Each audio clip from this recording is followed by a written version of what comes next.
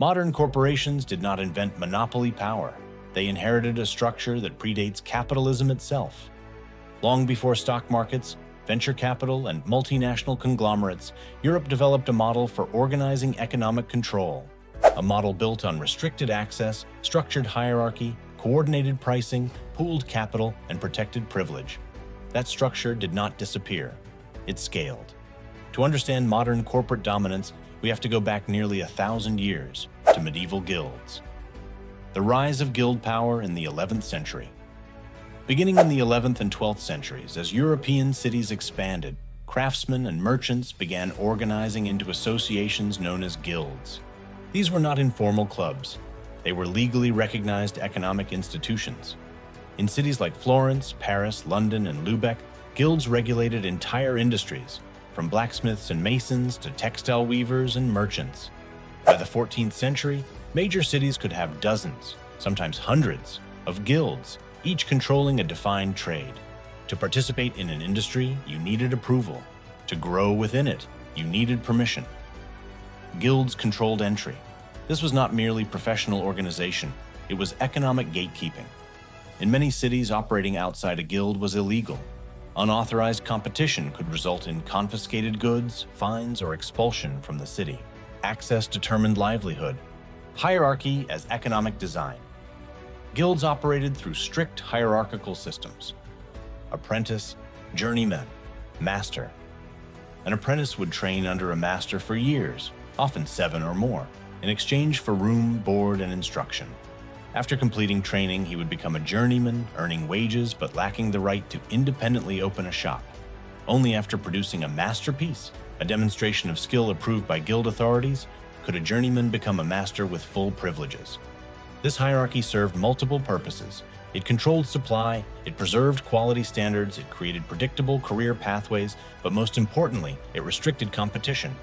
If only masters could operate businesses and masters were limited in number, supply remained constrained. Monopoly was not an accident. It was structural design. Standardized pricing and regulated scarcity. Guilds did not merely regulate membership. They regulated pricing.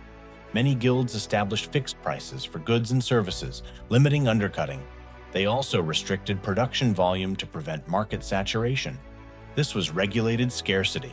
Rather than allowing supply and demand to fluctuate freely, guilds engineered stability. Critics, including early free market thinkers centuries later, argued that guilds artificially inflated prices and stifled innovation. But within the medieval context, predictability was a virtue. Guilds engineered trust. In an era without modern consumer protection laws, brand reputation, or regulatory agencies, guild marks signaled quality. Customers trusted that a guild-certified product met minimum standards. Trust was institutionalized, and institutions that generate trust gain power. Merchant guilds and early financial networks. Craft guilds regulated production. Merchant guilds regulated trade. As commerce expanded across Europe, particularly during the High Middle Ages, merchant guilds pooled capital to fund trade expeditions, ensure shipments, and coordinate long-distance credit. The Hanseatic League, a federation of merchant guilds across Northern Europe, controlled trade routes spanning the Baltic and North Seas from the 13th to 17th centuries. It negotiated treaties, maintained warehouses, and enforced collective commercial rules. These were not merely trade associations. They were economic networks with quasi-political authority. Guild systems expanded into financial coordination, shared risk, shared enforcement, shared capital. Sound familiar? Economic power, rivaling political authority. By the late medieval period, powerful guilds influenced city governance. In Florence, the major guilds, known as the Arti Maggiori, directly participated in political leadership. In some cities, guild representatives held seats in governing councils. Economic power rivaled political authority. This created tension. Monarchs and emerging centralized states faced a dilemma. Guilds were powerful, but dismantling them risked destabilizing local economies. The solution wasn't destruction, it was legalization and adaptation. As nation-states formed in the early modern period, rulers began issuing charters to organize commercial groups. These charters granted monopoly privileges in exchange for taxes, loyalty, or service. Thus emerged the chartered corporation. The birth of the chartered corporation. Entities like the English East India Company, chartered in 1600, and the Dutch East India Company, 1602, institutionalized guild logic at national scale. They were granted exclusive rights to trade in certain regions. They pooled capital from investors. They limited entry. They operated under state protection. The architecture remained. Restricted entry, protected privileges, controlled markets. The difference was scale.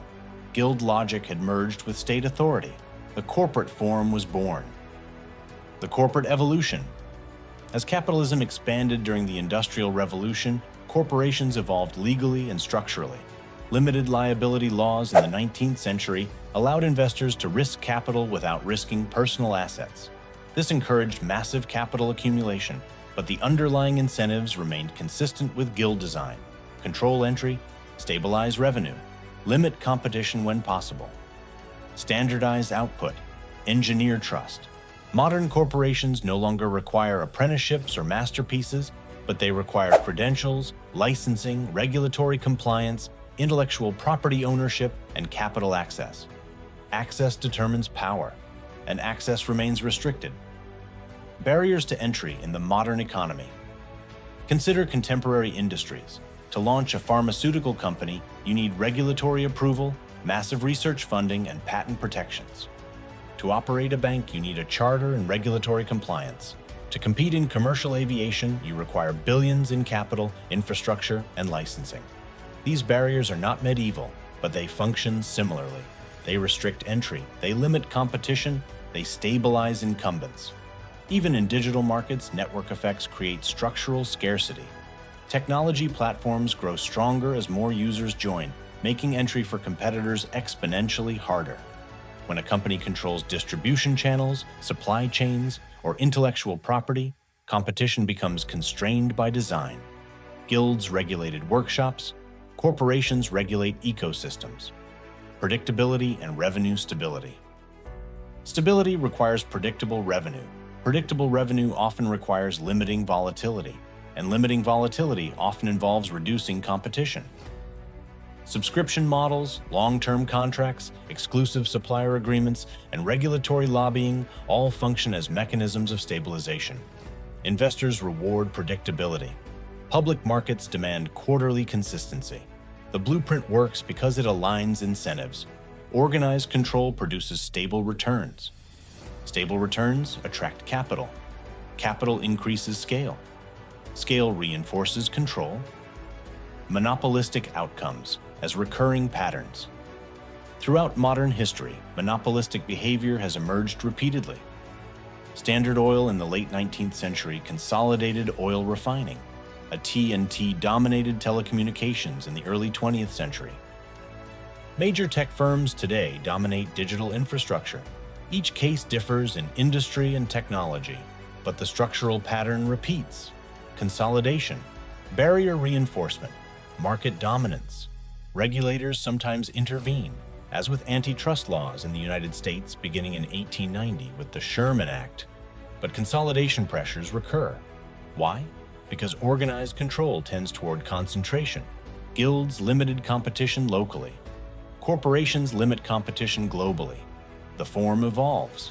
The incentives persist. The question of control. Guilds evolved into scalable legal entities. Corporations became the dominant organizational form of modern economic life. They build infrastructure, innovate technology, coordinate labor, and manage global supply chains. But monopolistic behavior is not an anomaly. It is a recurring outcome of organized control combined with scale.